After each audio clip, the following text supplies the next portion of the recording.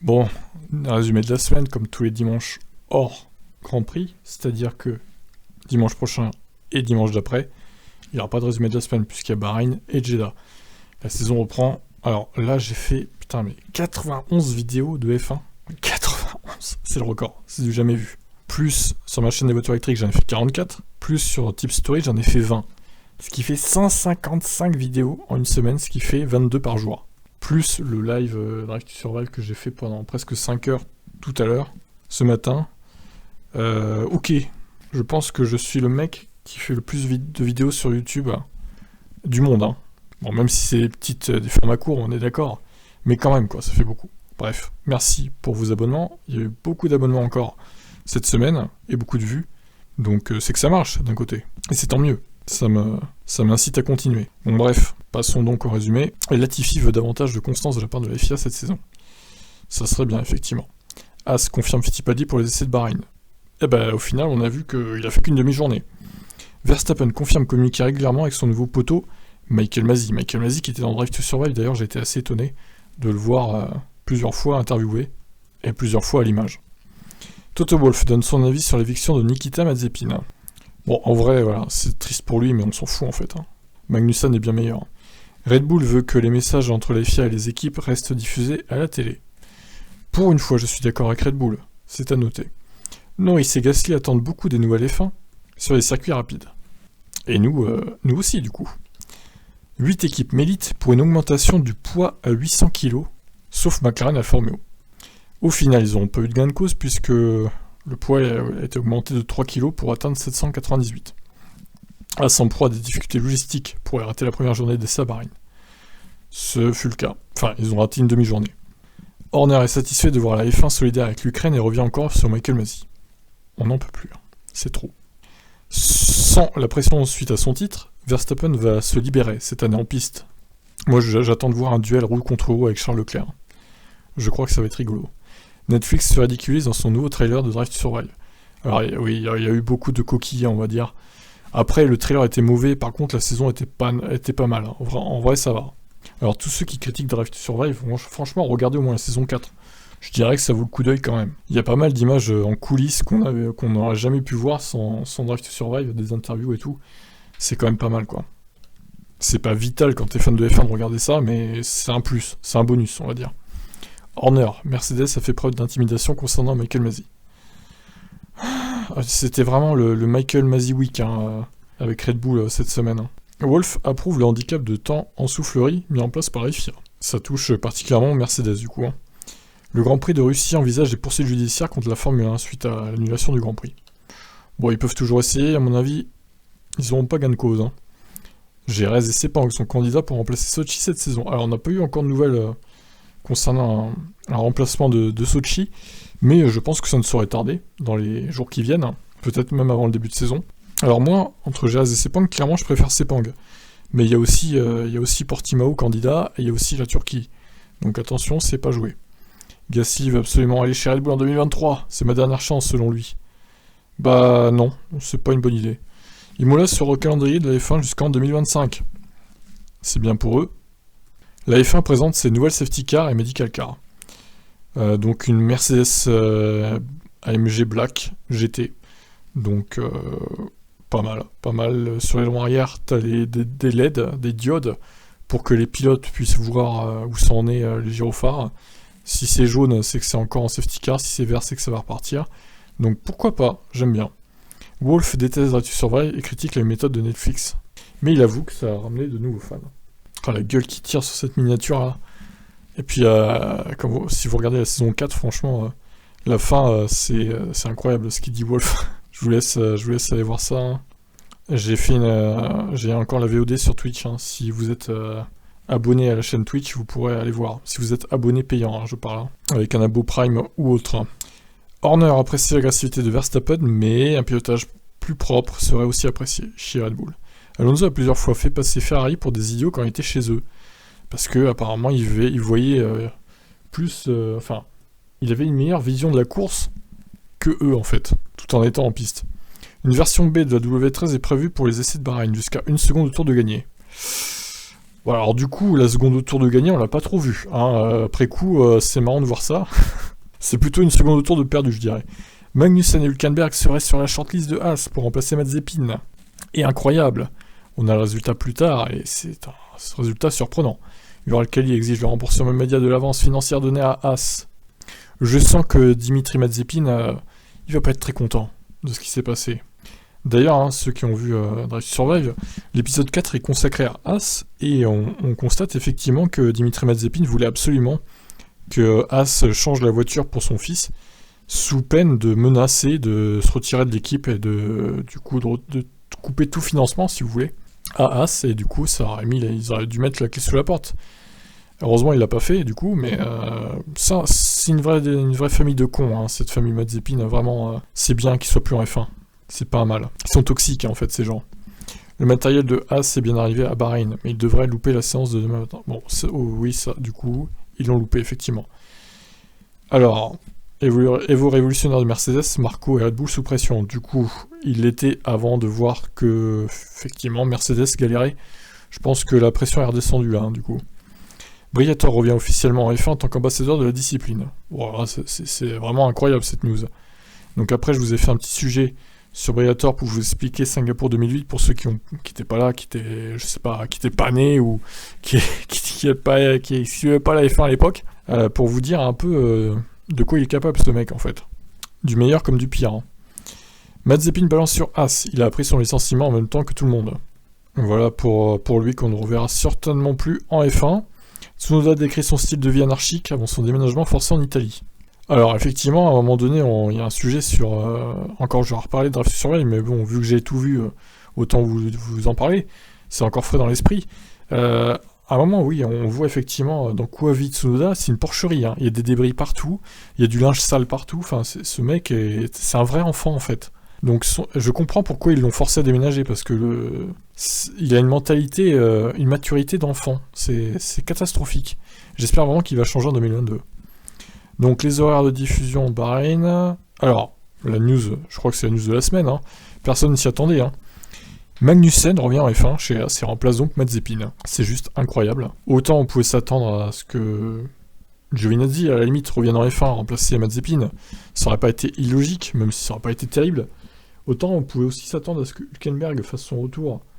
Ça m'aurait moins surpris que Hülkenberg revienne que lui revienne, Magnussen, puisque celui-ci avait déclaré, il y a un mois, hein, qu'il reviendrait jamais en F1 pour faire le nombre. S'il reviendrait en F1, ça serait dans une équipe qui jouerait les podiums ou la victoire.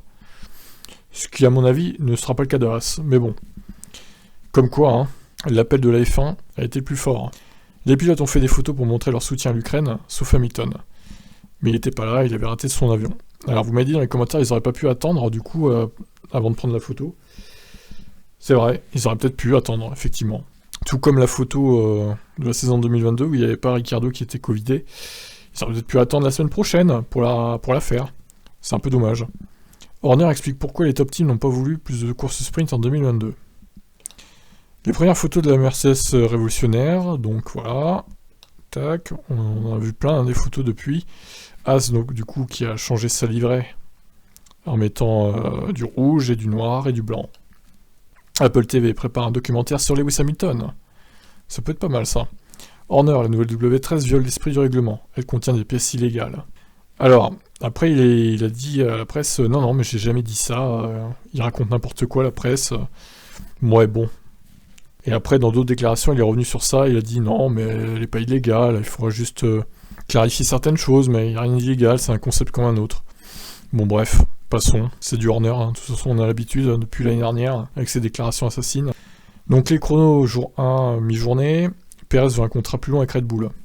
On verra sa saison 2022 déjà, si ça se passe bien.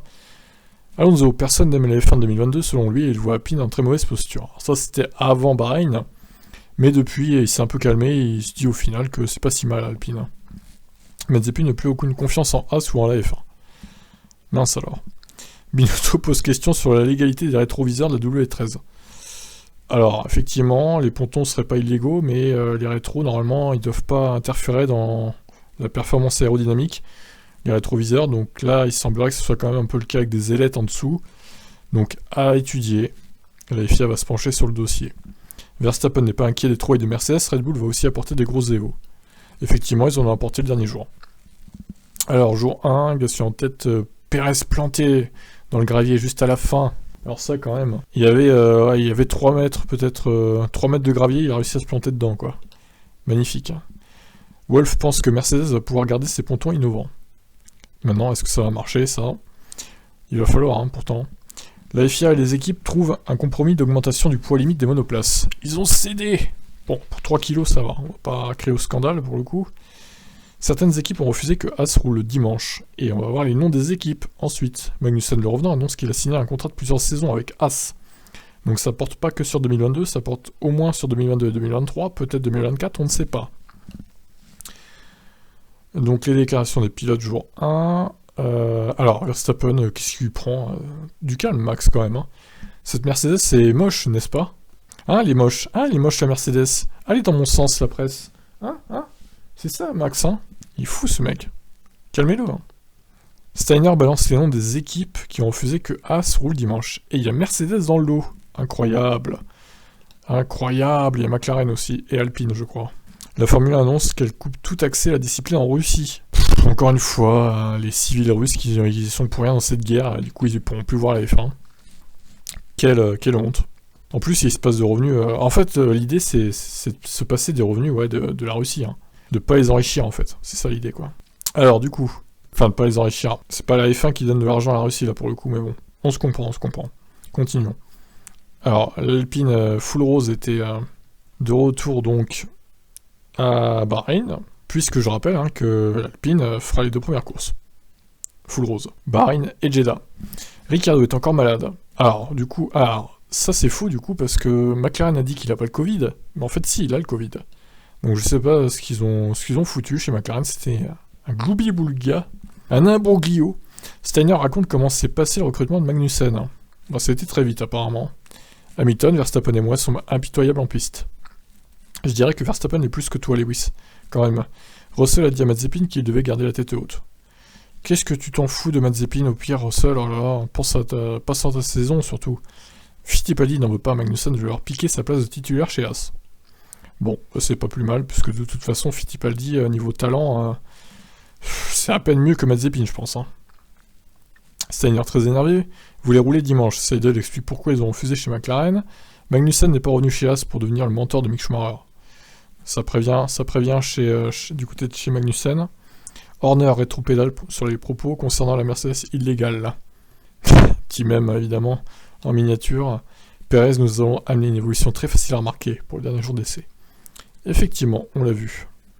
Hamilton, Mercedes est en grande difficulté à Bahreïn à cause des pneus et du marsouinage. Alors, vous êtes beaucoup à me dire, ah mais tu verras, tu dis n'importe quoi, Mercedes ils seront là, ils bluffent. Eh ben moi j'en suis pas si sûr les gars. Vous êtes bien trop sûrs de vous les fans hardcore de Mercedes là, j'aime pas trop votre mentalité parce qu'au final, je pense que vous allez tomber de haut. Moi je suis fan de Mercedes et d'Hamilton, mais je pense en vrai qu'ils sont en difficulté quand même. Alors peut-être qu'ils vont trouver quelques solutions pour la première course, mais clairement ils feront pas la pole. Ils feront pas la pole, c'est sûr. Je suis même pas sûr qu'ils fassent un podium à la course. On verra. On en reparlera. Donc, Ricciardo et Coronel, c'est officiel. Normalement, ils devraient pas louper la course de Bahreïn, mais bon, on sait jamais. Audi hésite toujours entre F1 et Endurance. Je serais eux, je prendrais la F1 quand même. Hein. L'affaire F1 75 est capricieuse dans la chaleur de Bahreïn. A voir si ça s'améliorera pour la course. Hamilton ne sera pas le pilote à battre cette saison. Prédit Verstappen. Peut-être qu'il a raison. Ou pas, on verra. Leclerc, Mercedes et Red Bull cachent leur jeu aux essais privés. Ok, alors Red Bull oui, Mercedes peut-être un peu, mais pas autant que Red Bull je pense. Mercedes cherche des solutions pour réduire les rebonds de la W13. Ok pour ça, ensuite, jour 3 donc, ok. Magnussen est heureux d'être de retour à F1, il s'attendait à pire au niveau du poids des monoplaces. Donc ok pour ça, Tsunoda admire les pontons de Mercedes. Quand il se prendra à tour, il pourra encore plus les admirer. Oh, il est méchant. Hamilton se dit inquiet concernant les performances actuelles de W13. Bon ouais, en tout cas, il n'arrête pas de le répéter, Hamilton. Hein. Hamilton confirme qu'il ne sera plus là à ses 40 ans. 2023 devrait bel et bien être sa dernière saison en Formule 1. Si Ricciardo ne peut pas faire la première course, McLaren prendrait soit Van Dorn, soit De Vries. Alors, il semblerait que ça allait changer juste après. Donc Verstappen a terminé en tête de la dernière journée, et voilà ce que je vous disais, donc Alpine met à disposition Piastri pour McLaren au cas où Ricciardo ne pourrait pas rouler. Piastri chez McLaren, incroyable. Bon, a priori, je vois pas pourquoi Ricciardo ne pourrait pas rouler, mais bon, sait-on jamais, hein, s'il fait une rechute du Covid. Les déclarations du jour 3. Alors, je vous ai fait un petit pronostic de ma grille de départ pour 2022, enfin pour le Grand Prix de Bahreïn 2022. Voilà, vous pouvez aller voir ça du coup dans la vidéo associée. Je vous rappelle aussi que vous pouvez vous inscrire au site de pronostic ici même, qui est gratuit, hein, je précise. Donc voilà, pour la saison 2022, on va reprendre les pronostics. Bottas 2022 donne un conseil à Bottas 2017. Assez lunaire, hein, cette déclaration de Valtteri. Horner pense que Williams peut créer la surprise cette saison. Ben voyons, j'y crois pas du tout moi. Horner et Seidel veulent discuter du plafond budgétaire, problématique à cause de l'inflation. Alors on verra si ça se fait ou pas. Ensuite, Binotto ne veut pas avoir Ferrari comme les favoris 2022. Il préfère être dans la position des outsiders, lui. Tombazzi explique la raison pour laquelle il a fallu encore augmenter le poids des F1. Ensuite, on a bientôt fini. Verstappen, Mercedes sans difficulté, à chaque fois ils nous font le même coup, déclare Max. Donc en gros, selon lui, il bluffe quoi. Brown est ravi de voir des innovations extrêmes sur les monoplaces 2022, mais attention, parce que ça respecte l'esprit du règlement. Sainz, parfois, Drive to Survive va trop loin, mais le programme est bénéfique pour la F1. Qu'avez-vous pensé de la saison 4 ? Moi j'ai bien aimé. Mercedes espère réduire son marsouinage pour le Grand Prix de Bahreïn. Bah, c'est ce qui pose le plus de problèmes à l'équipe en tout cas, hein, pour l'instant. Et enfin, Horner déclare que Drive to Survive n'est qu'un show télé qui extrait les images de leur contexte. Donc d'ailleurs, pendant cette saison 4, on a beaucoup vu Horner dans sa petite famille avec sa Spice Girl. Pas très intéressant, c'est pas ça, il faut l'avouer. On a aussi un peu vu la famille de Toto Wolff, mais moins quand même. Bref, voilà pour cette semaine bien chargée. 91, je crois que c'est le record hein, pour la chaîne. Donc je vous invite à vous abonner si c'est pas fait à mes autres chaînes. Donc je répète, vu qu'il y aura plus de vidéos résumées avant un petit moment, avant 3 bonnes semaines. Donc les lives, je continue les lives hein, sur Twitch et sur YouTube. Donc le combo audio canal plus chat, YouTube et Twitch, plus live timing, et ma voix, du coup, ça change pas. Par contre, pour la chaîne YouTube, ça change, puisque sur Tip Stories, ils m'ont striké la FOM pour les essais privés, donc je vais faire les lives sur TibFE, qui a un strike, mais bon, au pire, le strike de TibFE, il s'en va fin avril, donc c'est pas très grave. De toute façon, cette chaîne, si elle saute, c'est pas très grave, je préfère qu'elle saute celle-là que Tip Stories, pour le coup. Ça me ferait plus chier, déjà, et j'ai beaucoup de vidéos dessus, quand même. Et concernant Twitch, bah, Twitch, c'est toujours le même, hein, ma foi, vous pouvez vous abonner. C'est twitch.tv/tibf1. Donc voilà, je serai en live dès les essais libres à Bahreïn, évidemment, pour chacune des séances. Et voilà, je vous retrouve donc la semaine prochaine pour des news F1 comme d'habitude. Allez, bonne fin de dimanche et à la semaine prochaine, ciao.